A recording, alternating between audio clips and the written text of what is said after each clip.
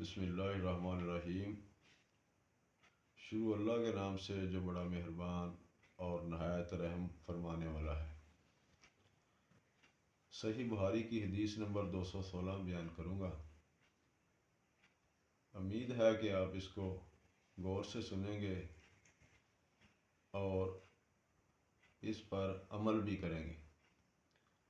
رسول اللہ صلی اللہ علیہ وسلم ایک دفعہ مکہ مدینہ کے ایک باغ میں تشریف لے گئے۔ وہاں آپ نے دو شخصوں کی آواز سنی جنہیں ان کی قبروں میں عذاب کیا جا رہا تھا۔ آپ نے فرمایا کہ ان پر عذاب ہو رہا ہے اور کسی بہت بڑے گناہ کی وجہ سے نہیں۔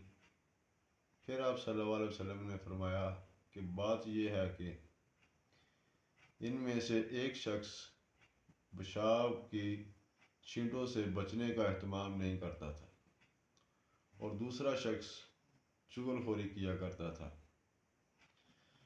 پھر آپ صلی اللہ علیہ وسلم نے کھجور کی ایک ڈالی منگوائی اور اس کو توڑ کر دو ٹکڑے کیے اور ان میں سے ایک ایک ٹکڑا ہر ایک کی قبر پر رکھ دیا۔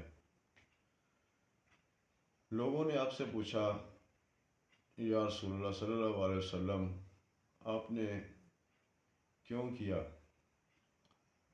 آپ نے فرمایا اس لیے کہ جب تک یہ ڈالیاں خشک ہوں شاید اس وقت تک ان پر عذاب کم ہو جائے۔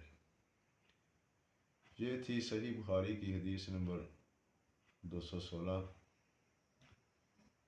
امید ہے کہ آپ نے اس کو غور سے سنا ہوگا اور میں امید کرتا ہوں کہ آپ اس پر عمل بھی کریں گے۔ اس پر عمل کریں گے تو آپ قبر کے عذاب سے بچ سکیں گے۔ اللہ حافظ۔